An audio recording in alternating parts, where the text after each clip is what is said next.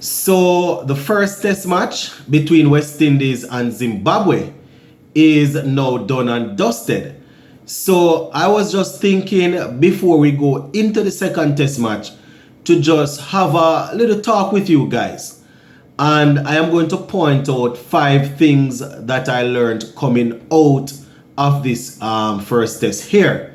The comment section is open. You can just go in the comment section. Let me know if you agree, disagree, or you can just go ahead and let me know the 5 or 6 things that you guys would have picked up on coming out of this first test. So the first thing that I want to say is Chanderpaul is up for the challenge. Yes, my viewers and subscribers, Chanderpaul is up for the challenge. And this is not me overpraising him or trying to hype him up. But he's ready. He's definitely ready in my opinion. You understand? Having seen him in a couple of games now against, he was thrown in the heat of things in that series against Australia. And he came out shining, so to speak. If we were thinking that it was purely an adrenaline that he was able to survive against those Pacers and against our spinner Nathan Lyon, then this innings here now that he played in the first test match would basically show us that it was no adrenaline or anything like that was carrying him through. This 207 shows that there's a lot of patience. He has time for batting. He actually likes to bat. And he didn't just throw his wicket away, even when things weren't too difficult. From time to time, we would have seen West Indians get in, and they are in, and when you think that, things not too difficult for them, they find a way to throw their wicket away and go back to the dressing room and sit down and watch the game. Takes a lot of concentration. Doesn't matter who you are coming up against. Once it's international cricket, it takes a lot of concentration for you to stand and bat that long. So we have to say kudos to the young man. Well, some might say he's no longer a young man or a youngster, but he's young in terms of coming into international cricket. So sometimes when we speak like this, it don't necessarily mean in age, but youngster in the sense that he's just making his test debut.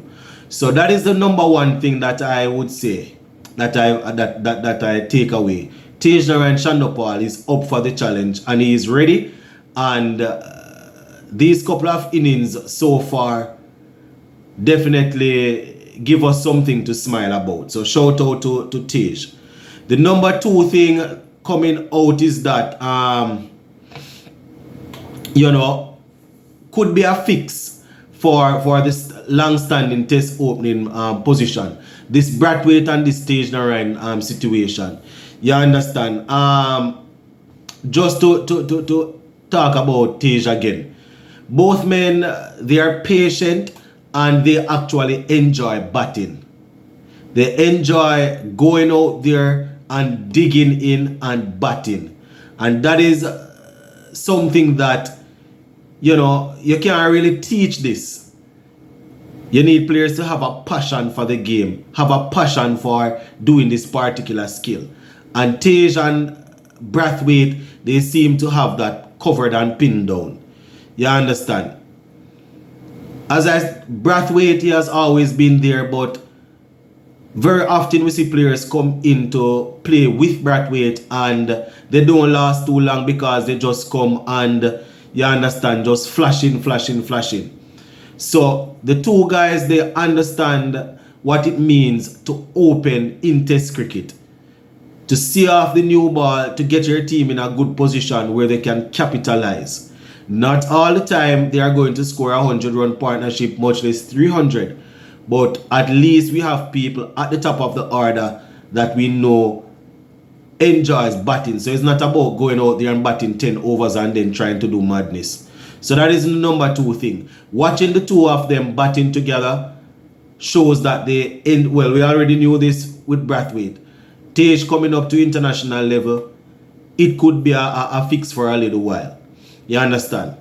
The number 3 thing that I am taking away from this first test here is that the middle order still looks fragile. From number 3 go down to 5, 6 thereabout. Still looks fragile. You understand? I mean, circumstances were a little different in the first in the first innings.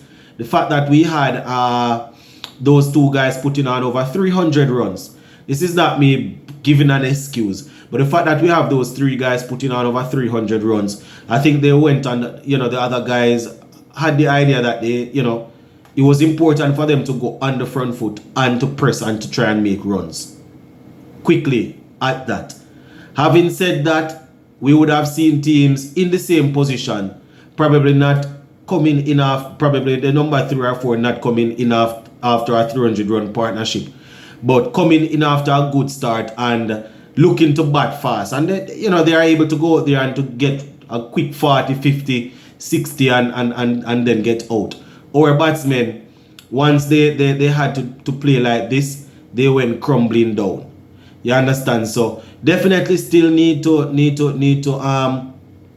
sort out that those couple of spots. Number 3, Blackwood didn't do much in the first innings. We had Raymond Reefer and Blackwood, the number 3 and thing, coming back in the second innings and giving us half centuries. But we want to be able to count on these guys. So that is the 3rd thing coming out. You understand? I'm still not sold on this top order batting. Tej and Brathwaite did most of the batting for us in this game here. You understand? So if one of them gets out early or both of them gets out early, then we are back to square one, so to speak. So we're definitely looking forward to that improving. The number 4 thing that I would have noticed coming out of this is that selecting a team of all-rounders prevents accountability. And I always say that I like to have my cricketers being traditional cricketers, in the sense that I go for my 5 specialist batsmen and all-rounder that is good. You understand? Wicket keeper and then the bowlers, or whoever you want to do it. You understand? But I also have room for a little bit of flexibility. If the all-rounder is good enough where that all-rounder can make the team as a batsman or as a bowler, I can understand. And there's not a lot of these type of all-rounders in the world. Talking about people like Ben Stokes and Jason Holder when he was really in full tilt. People like Jack Callis and them guys can make the team as a batsman, can make the team as a bowler. Otherwise, from that, it prevents accountability. You understand? When you have a man that you pick as a specialist bowler, come and bowl a couple days and don't do anything, and then goes in and make a 30 or a 40, then we are saying, well, at least he chipped in with some runs. Those runs could stay. If you're a specialist bowler in the team, you need to bowl and take wickets. We appreciate the runs. But when we do this sort of half and half business, it removes accountability. Same thing with the batting. If you're in the team as a specialist batsman, batting at number 3, 4 or 5, you're a specialist batsman in the test team. I don't want to see these people come and make 10 and 5 and go and take 1 or 2 wickets and then we talk about the contributing with the ball. Specialist batsman batting at number 3, 4, 5. If they give you a couple of wickets with the ball, you're happy. These are what you expect to be part-time bowlers. So they come on and give you a wicket or 2. You're happy for it. But I can't have my number 3, 4, 5 or so batsman coming and can't make any runs, and because he's taking 1 or 2 wickets, you're talking about he's in the team because he can do some bowling. Then you pick a team of bowler then, man, if you want somebody that can do some bowling. You understand? So that is the 4th thing. And the 5th thing coming out, the 5th and final thing coming out, is that the bowling still needs sorting out. Bowling still needs sorting out. So Alzarri would have shown that he's ready to continue the fight. You understand? But we need to understand that sustained pace is what really matters. You know, I mean, the pitch wasn't really up to par in the sense that it was conducive for fast bowling. You understand? But generally speaking, sustained pace is what will work. Not saying that I am throwing away our bowling lineup or our bowling attack, but sustained pace is what is going to work. You understand? So if Alzari come and give you an over from the beginning of the innings and give you an over 140, 145, 146, you know, it can't happen that's right in the first and the second day of the test match. The other bowlers coming and giving you 130s and 120s. I mean, when the conditions call for that, or when the pitch call for that, where they can use their skill set, you know, we would have seen that in Australia the other day. It doesn't really work well. You know, once again, I am not throwing away the bowling lineup because a couple before the Australia series, the bowlers are the ones that really were carrying us.